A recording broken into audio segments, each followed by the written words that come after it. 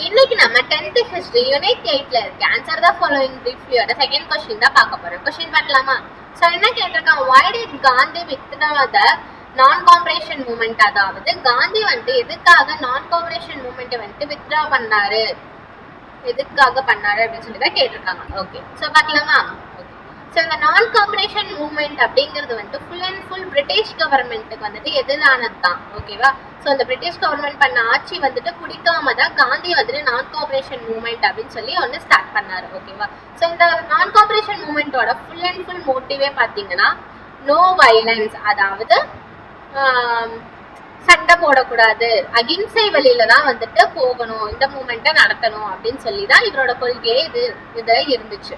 ஓகேவா? ஸோ அப்படி இருக்கும்போது, ஸோ இது இந்தியா ஃபுல்லா இருந்துச்சு. ஸோ அப்படி இருக்கும்போது 5th September 1922 உத்தரப்பிரதேஷ்ல வந்துட்டு சௌரி சௌரா அப்படிங்கிற பிளேஸ்ல வந்துட்டு போலீஸுக்கும் ப்ரொட்டஸ்டர்ஸும் இருப்பாங்க. ப்ரொட்டஸ்டர்ஸ் அப்படின்னா யாரும் கிடையாது, இந்த கவர்மெண்ட்டுக்கு எதிராக போராட்டம் பண்ணுவாங்க பாத்தீங்களா, ஸோ அவங்கள தான் வந்துட்டு ப்ரொட்டஸ்டர்ஸ் அப்படின்னு சொல்லுவாங்க.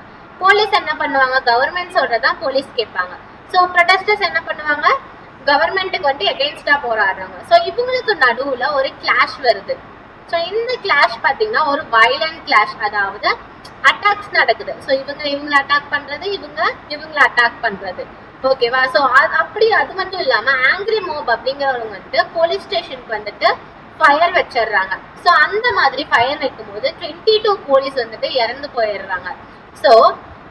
ஸோ ஆல்ரெடி காந்தி என்ன பண்ணியிருக்காரு, நான் கோஆபரேஷன் மூவ்மெண்ட் அப்படின்னு சொல்லி ஒன்று ஸ்டார்ட் பண்ணியிருக்காரு. அதுவே வந்துட்டு பிரிட்டிஷ் கவர்மெண்ட்டுக்கு எதிரானது தான். ஸோ அந்த கோஆபரேஷனோட அந்த மூவ்மெண்ட்டோட மோட்டிவே வந்துட்டு நோ வைலன்ஸ், அதாவது அகிம்சை வழியில தான் போகணும் அப்படிங்கிறது.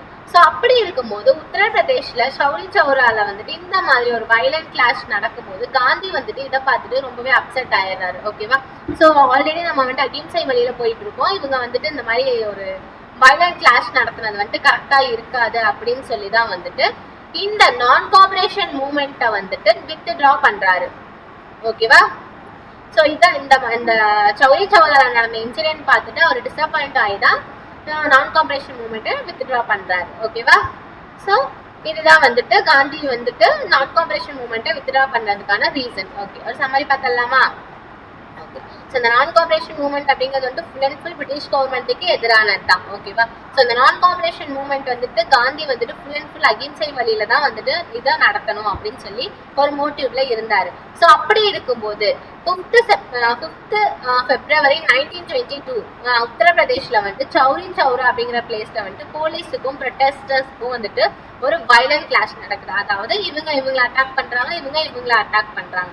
ஸோ இந்த மாதிரி 2 பேர் மாத்தி அட்டாக்கும் பண்ணிக்கிறாங்க. அப்படி இருந்தும் ஆங்கிரி மோப் அப்படிங்கிற ஒரு டீம் வந்துட்டு போலீஸ் ஸ்டேஷனுக்கு வந்துட்டு ஒரு ஃபயர் வச்சிடுறாங்க. ஸோ அந்த மாதிரி ஃபயர் வைக்கும் போது 22 போலீஸ் வந்துட்டு இறந்து போயிடுறாங்க. ஸோ இதை பார்த்துட்டு, இந்த வயலண்ட் கிளாஷை பார்த்துட்டு காந்தி வந்துட்டு ரொம்பவே டிசப்பாயிண்ட் ஆயிடுறாரு. ஓகேவா? ஸோ எதனால அவரு வந்துட்டு அகிம்சை வழியில தான் எதா இருந்தாலும் பண்ணணும் அப்படின்னு சொல்லி ஒரு மோட்டிவ்ல இருந்தாரு. ஸோ அப்படி இருக்கும்போது இந்த மாதிரி வயலண்ட் கிளாஷ் நடந்தது வந்துட்டு இவனால ஏற்றுக்க முடியல, இது கரெக்டா இருக்காது இந்த நான் கோஆபரேஷன் மூவ்மெண்ட் அப்படின்னு சொல்லி. ஸோ அது சௌரி சௌரா இன்சிடென்ட்க்கு அப்புறம் தான் வந்துட்டு நான் கோஆபரேஷன் மூவ்மெண்ட்டை வந்துட்டு வித்ட்ரா பண்ணிடுறாரு. ஓகேவா? தேங்க்யூ.